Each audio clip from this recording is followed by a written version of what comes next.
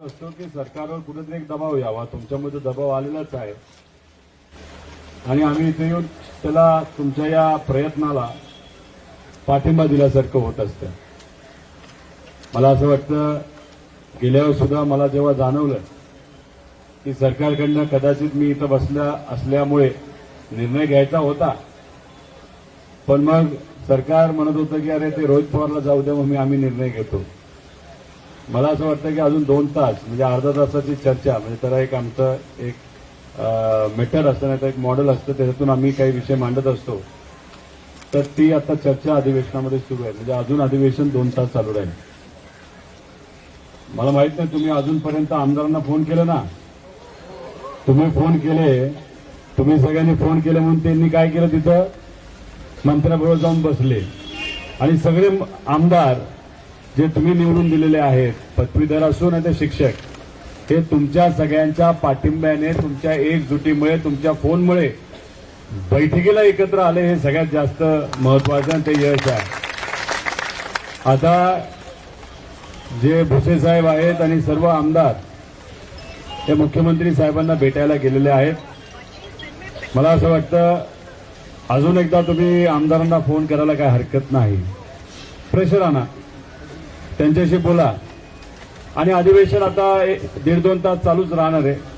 अधिवेशनामध्ये फक्त मंत्री महोदयांना हे सांगायचं, निवेदन करायचं की महाराष्ट्रातले हजारो जे शिक्षक आहेत मुंबईला आलेले आहेत, विद्यार्थ्यांच्या शिक्षणाचा प्रश्न महत्वाचा आहे, शिक्षकांचा पण प्रश्न हा खूप महत्वाचा आहे. गेल्या वेळेस आम्ही शब्द दिला होता की पुढच्या वेळेस तुम्हाला कुठेही आंदोलन करावं लागणार नाही, तो दिलेला शब्द आम्हाला पाळण्याचा असल्यामुळे आता या निवेदनाच्या माध्यमातून मी जाहीर करतो, म्हणजे मी मंत्री असं समजू नका, ते काय बोलायला पाहिजे हे सांगतो की मी जाहीर असं करतो की उद्यापासून नाही तर 1 ऑगस्ट पासून आम्ही पुढचा टप्पा त्या ठिकाणी देत आहोत. एवढं फक्त किती मिनिटं लागलेला, 1 मिनिट धरा हो, 1 मिनिटाचं निवेदन हे मंत्री महोदयांना तिथं करायचंय. पण असं काही ते वेगळं तुम्ही मागितलंय का? सोपं, म्हणजे गेल्या वेळेस शब्द दिला तो फक्त पाळायचा आहे, वेगळं काय नाही. खरं तर एवढा खाटाटोप करायचंच कारण नव्हतं, एवढी चर्चा करायचं कारण नव्हतं, तुम्हाला इथं बोलवण्याचं पण कारण नव्हतं, यायचं पण कारण नव्हतं. फक्त तुमच्या मागण्यात दिलेला शब्द याला दुर्लक्ष केल्यामुळे तुम्हाला सर्वांना इथं यावं लागलं. आता मला असं वाटतं की समजा त्या सगळ्या आमदारांशी तुम्ही सातत्याने बोलत राहा. मंत्री महोदय हे जे मुख्यमंत्री साहेबांशी भेटले असतील आणि तुमचं सगळं एकजूट बघितल्यानंतर त्यांना निर्णय हा घ्यावाच लागेल.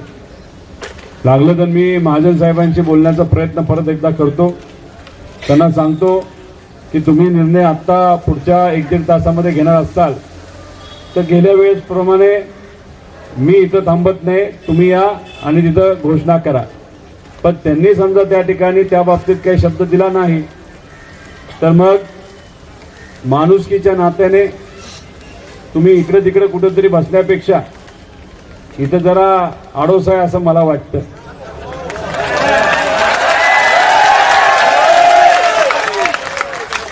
फक्त काय आहे, तुम्ही इथून एकदा निघाला तुम्हाला परत पोलीस आत येऊनच देणार नाही, उद्या पण येऊन देणार नाही.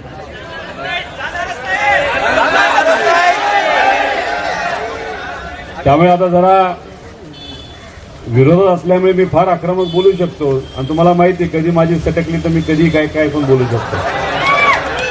पण हा विषय शांततेत चर्चेतून मार्गी लागला पाहिजे अशी आमची भूमिका आहे. आम्ही विरोधात आहोत आणि आम्ही तुमची भूमिका मांडणार. समजा आम्ही आलो तर कुठेतरी मीडियाचं लोकांचं लक्ष त्याच्याकडे जातं, बऱ्याच लोकांना वाटतं अरे आपण पण काहीतरी केलं पाहिजे, म्हणून कुठेतरी एक प्रेशर वेगळ्या पद्धतीने तिथे येत असतं. त्यामुळे मी तुम्हाला काय आक्रमक बोलून तुम्हाला असं म्हणणार नाही की चला आता चालायला लागा, हे करून ते करू. शांततेत इथे बसून 1.5-2 तास आपण थांबूया, काय बोलतात, काय मुख्यमंत्री साहेब बोलतात हे बघूया. मी सुद्धा मंत्री महोदयांशी बोलण्याचा प्रयत्न त्या ठिकाणी करतो आणि मग तो प्रयत्न झाल्यानंतर 1-1.5 तासामध्ये आपण काय होतं हे बघूया. पण एक कंडिशन आहे, मी इथं तेव्हाच थांबणार जेव्हा तुमचे सगळे शिक्षक आणि पदवीधरचे आमदार इथं आले पाहिजे राहायला रात्री, बरोबर का नाही? पण रात्री काय 4-4 वाजता बैठक होणार आहे का? फक्त ज्या भारी हॉटेलमध्ये राहिले असतील, त्यांची घरं जिथे कुठे असतील, ज्यांना कोणाला त्यांना भेटायचं असेल आणि संध्याकाळच्या जे कोणी बैठकीमधले असतील त्यांना कदाचित प्रॉब्लेम असू शकतो, त्यांना म्हणावं फक्त एकच आहे, हे सगळे जे प्रॉब्लेम आहेत ते इथे असणाऱ्या आमच्या शिक्षकांपेक्षा फार लहान म्हणजे मातीच्या कणा एवढे ते प्रॉब्लेम आहेत, बरोबर का नाही? तुमचा प्रॉब्लेम मोठा तर त्यांना जी गैरसोय होणार आहे ती मोठी. मग तुमच्यासाठी त्यांना इथे यावं लागतं का नाही? मग त्यांना फक्त बोलू वडापाव खाऊ शकतो आपण, भेळ मिळेल, नाही तर भाग पिठलं काय नाही मिळेल, बर बिस्किट खाऊ,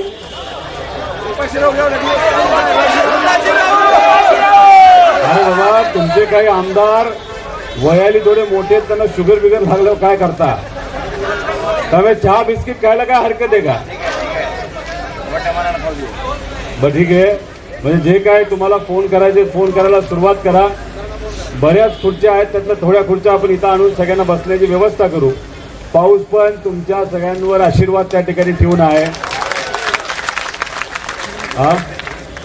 आणि मी मगाशी जसं सांगितलं, गृह खात्याचे इथं असणारे जे सर्व पोलीस अधिकारी आहेत ते आतून कोणाची माणसं आहेत? मग ते शाळेत गेले असतील का नसतील? बिना शाळेत ते अधिकारी झालेत का? मग आता त्यांचा हा विषय कोणाचा? गुरुवर्यांचा आहे का नाही? तर गुरुवर्यांना म्हणजे गुरूंना ते नक्कीच तिथं पाठिंबा आता या आंदोलनामध्ये देतील का नाही देतील? तो द्यावा लागेल. आणि आपण काय म्हणतोय, आम्ही आत्ताच्या आत्ता उठायला तयार आहे, बरोबर? लगेच आत्ताच निघू, पण त्यासाठी काय अधिवेशनामध्ये सभागृहामध्ये 1 मिनिट फक्त मंत्री महोदयाने काढून तुमच्या बाबतीतलं निवेदन करायचं. त्यामुळे आपली भूमिका इथं काय, इथून निघून आपापल्या घरी जाऊन आपापल्या शाळेमध्ये विद्यार्थ्यांना उद्यापासून शिकवायची ती भूमिका आहे का नाही? पण ती भूमिका तुमची असताना सुद्धा तुम्ही का अडकून राहिला इथं? का अडकून राहिलाय? कोण निर्णय घेत नाही, घेतल्याशिवाय आपण ठीक आहे. आता आपण थांबूया.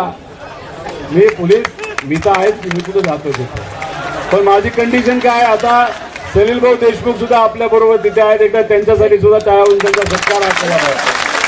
आता कोणाला फोन करणार तुम्ही? एकदा आमदारांना फोन करून मुख्यमंत्री साहेबांना भेटायला लागले, कृपा करून आजच्या निवेदन झालं पाहिजे, ही पहिली मागणी. आणि जर हे तुम्ही करू शकत नसतात सत्तेत असताना सुद्धा, मग पावसात इथं आमच्या बरोबर तुम्हाला आणि झोपायला येत असताना लागलं तर सत्तेत येत ना ते एक 1000 लोकांना जेवण घेऊन यायला काय हरकत आहे ते? अहो तुम्ही बरं नको जेवण, चला जाऊ, जेवण नको. ज्यांना शुगर आहे त्यांना जेवण द्यायला काय हरकत आहे? त्यांनाही काय होत नाही. त्यामुळे त्या आपल्या सगळ्या आमदारांना तुम्ही सांगा, पहिली मागणी आमची काय, आत्ताच्या आत्ता काय झालं पाहिजे? बरं हे पुढचे जे आहेत ना त्यांची नावं तुम्ही लिहून घ्या आणि सरकारला सांगा, यांनाच फक्त टप्पा मिळाला पाहिजे 20%चा, मागच्यांना असंच सोडून देऊ. तर मागचे काहीच बोलणार आहो का? आमच्यावर लाईट आहे म्हणून आपलं आंधारात बरं चाललंय काय, कोणाचं लक्ष नाही. मागच्यांनी सांगा पहिली मागणी काय. तर चला एक आहे, आपल्याला होम डिपार्टमेंटला सुद्धा सांगावं लागेल, रात्रीच्या वेळेस इथं किती सगळे शिक्षक आहेत, त्यामुळे प्रत्येक व्यक्तीने मोबाईल काढायचा आणि आम्हाला आणि पोलिसांना दाखवून द्यायचं लोक किती आहेत. त्यांच्याकडे मोबाईल जे दिसत नाही, त्यांच्याकडे मोबाईल आहेत का? हो, यांच्याकडे मोबाईल नाहीत वाटतं, त्यांच्याकडे मोबाईल नाही. कोणाकोणाकडे मोबाईल नाही, बस ज्यांच्याकडे आहे त्यांनी घ्या ना वर हात. बघा हा फोटो तुमच्या आमदारांना आत्ताच्या आत्ता तुम्ही त्या ठिकाणी पाठवला पाहिजे आणि त्यांना सांगा आमदार असला तरी आम्ही जसं लहान मुलांच्या आयुष्यामध्ये त्या ठिकाणी रोशनी यावी तिकडे कुठेतरी चांगले काहीतरी विचार यावे यासाठी प्रामाणिकपणे प्रयत्न करतो तसंच या मोबाईलच्या बॅटरीच्या माध्यमातून दाखवून देतोय की आम्ही अजून सुद्धा आमच्या हक्कासाठी या मैदानामध्ये काय बसून आहोत. त्यामुळे हा फोटो तुम्ही पाठवावा आता 1.5 तासामध्ये म्हणजे अशी अपेक्षा करू मुख्यमंत्री साहेब जाहीर करतील आणि जाहीर करण्याआधी जर त्यांना वाटत असेल की आम्ही दोघं इथं नसावेत तरी आम्ही इथं निघून जायला तयार आहे जर आज घोषणा त्या ठिकाणी होणार असेल. त्यामुळे आपण आणि मीडियांचे सुद्धा मी आभार व्यक्त करतो वेळात वेळ काढून ही सगळी मीडिया इथं आली अजून भरपूर मीडिया तिथे येणार आहे आणि मग आता आपण जर एवढ्या मोठ्या संख्येने इथं जर आंदोलनाला बसणार असेल तर मीडियाला यावंच लागेल आणि या सरकारला सुद्धा तिथे दखल घ्यावी लागेल. त्यामुळे थांबूया काय बोलता ते बघूया फक्त तोपर्यंत तुम्ही काय करणार फोनवर फोन करायला सुरुवात करा नेत्यांना करा आमदारांना करा आणि त्यांना सांगा लय वाईट परिस्थिती आमची पाऊस येऊ शकतो रात्री आणि मग अशात तुम्ही आम्हाला भिजवत ठेवला आम्ही जर भिजलो तर मग येणाऱ्या इलेक्शन मध्ये तुम्हाला सुद्धा आम्ही काय पळू की सोडू करू शिवाय राहणार नाही. त्यामुळे लगेच बोलायला लागा बघूया आता चर्चा मुख्यमंत्र्यांबरोबर काय होती आणि निवेदन आजच्या आज होतंय का याची वाट त्या ठिकाणी बघूया आणि मग त्यानंतरचा निर्णय त्या ठिकाणी आपण सर्वजण घेऊया. धन्यवाद दादा.